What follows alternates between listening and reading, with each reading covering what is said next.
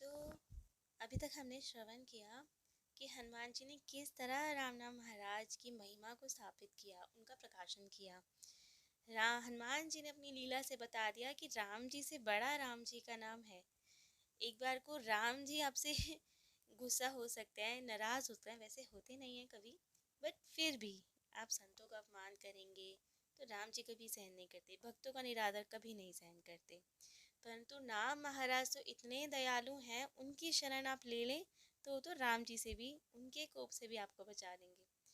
तो अभी तक हमने यही श्रवण किया कि राम से बड़ा राम का नाम। अब हनुमान जी तो नित्य नई लीलाएं करते रहते थे, महल में खूब प्रेम से सेवा करते और खूब खूब आनंद से रहते। अब जानकी मैया के तो वे लाडले। एक बार मैया ने स्वयं भोजन बनाया और अपने लाडले प्यारे हनुमान जी को खूब प्रेम से जिमाया।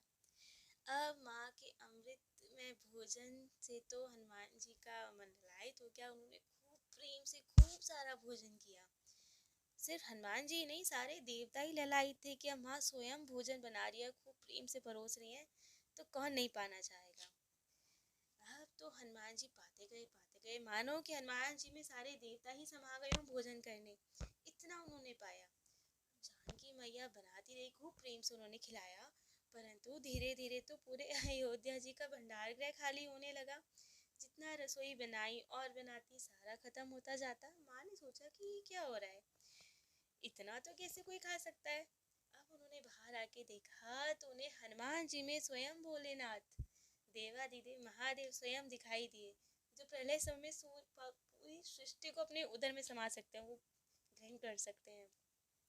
यदि वे ही स्वयं भोजन कर रहे हैं तो कहाँ कुछ बचने वाला।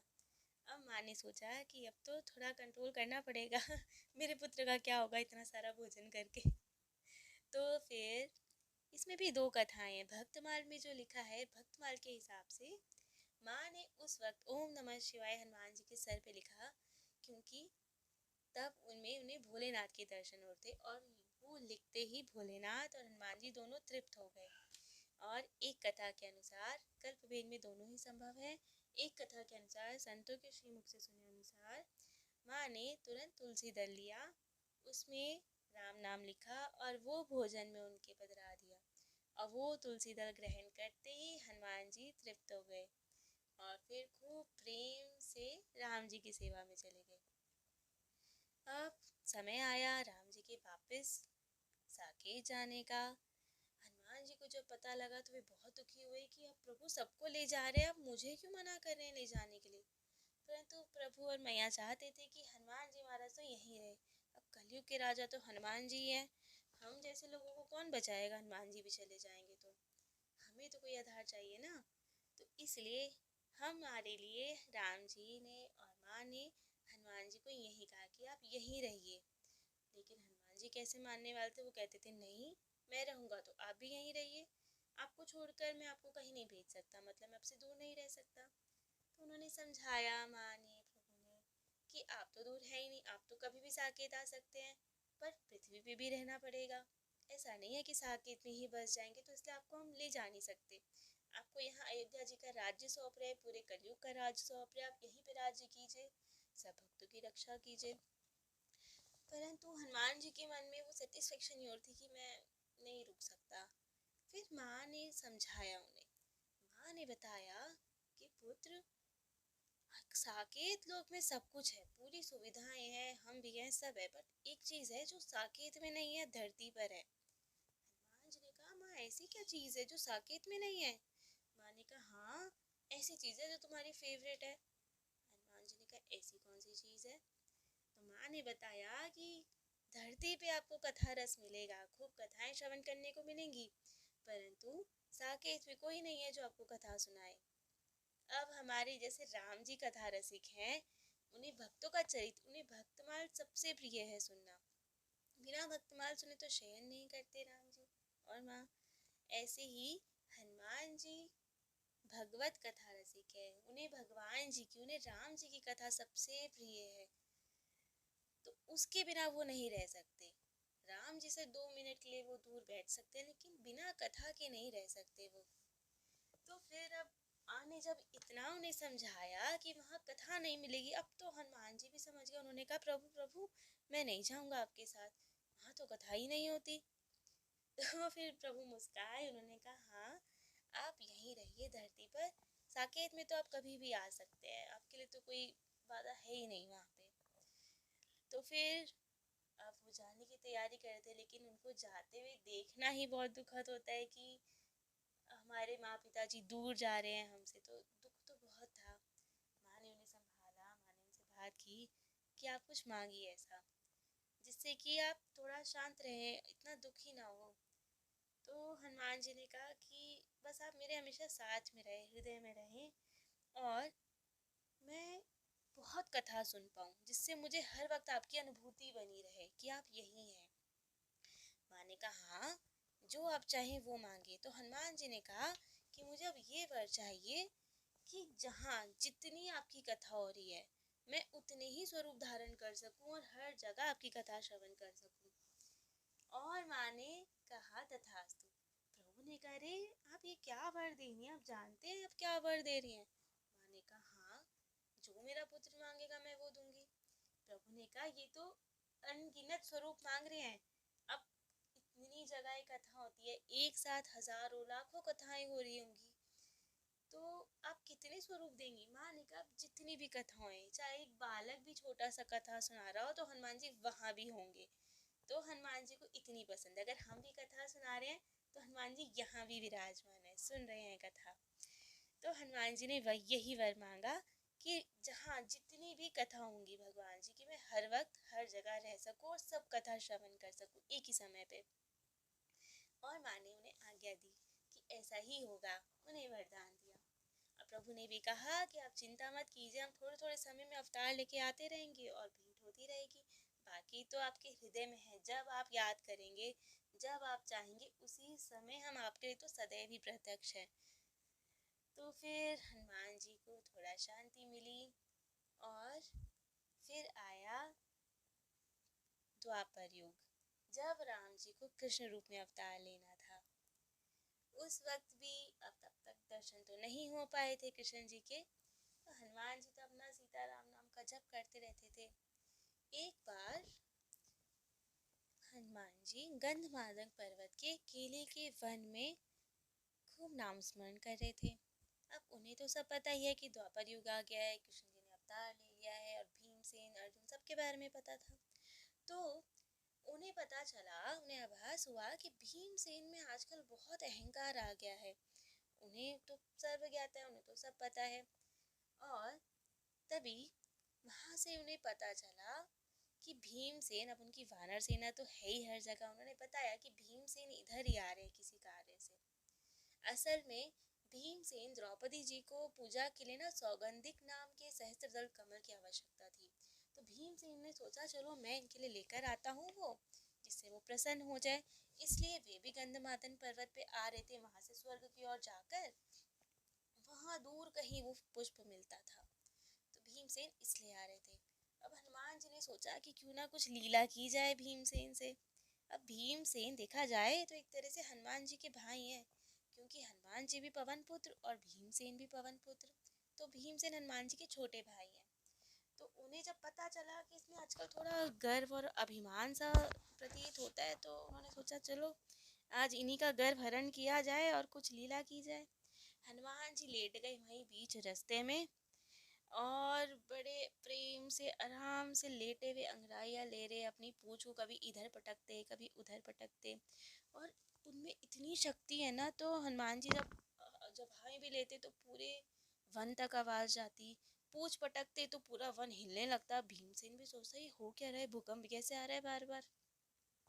लेकिन अब उन्होंने बहुत ध्यान नहीं दिया और वो चलने लगे। अब स्वर्ग जाने का रास्ता, या जहाँ से वो पुष्प लेना था, वो बहुत संकरा रास्ता था, और बीच में पूरे में वो हनुमान जी लेटे हुए थे, अपनी पूंछ फैलाकर पूरा रास्ता रोक कर लेटे हुए थे। अब भीमसेन ने उन्हें बोला कि अरे हटो यहाँ से, मुझे आगे जाना है। हनुमान जी तो बूढ़े वानर के वेश में थे और कह रहे कि मैं तो भैया रोगी हूँ, मैं तो हिलूंगा नहीं यहाँ से, तुम्हें जाना है तो देख लो। उन्होंने कहा अरे कैसी बात कर रहे हो, मुझसे तुम जानते नहीं हो मैं कौन हूँ, चुपचाप यहाँ से हटो और मुझे रास्ता दो। तो हनुमान जी ने बोला कैसे हो तुम तो मुझे ज़्यादा पढ़े लिखे भी नहीं लगते, तुम्हें तो तरीका ही नहीं है बात कैसे की जाती है बड़ों से। उन्हें खूब डांटा। अब भीम सुनने का ये कौन आया जो मुझे डांट रहे हैं। उन्होंने गुस्सा किया कि तुम चुपचाप हट जाओ वरना उठा के पटक दूंगा मैं। तो उन्होंने कहा, हनुमान जी ने मुस्कुराते हुए, ठीक है फिर यही सही, मैं तो रोगी हूँ, मेरे से तो हिला डुला जाता नहीं ज्यादा, तुम ही मेरे को उठा के कहीं और रख दो। तो उन्होंने कहा कि मैं क्यों हाथ लगाऊं, तुम्हें अपने आप हटो और जाओ यहाँ से कम पूछ ही हटा लो, मैं निकल जाऊंगा। हनुमान जी ने कहा कि मेरे बस की तो है नहीं हटना, तो ऐसा करो लांघ के चले जाओ मुझे। अगर तुम नहीं हटाना चाहते, मुझे हाथी नहीं लगाना चाहते, तो लांघ के चले जाओ।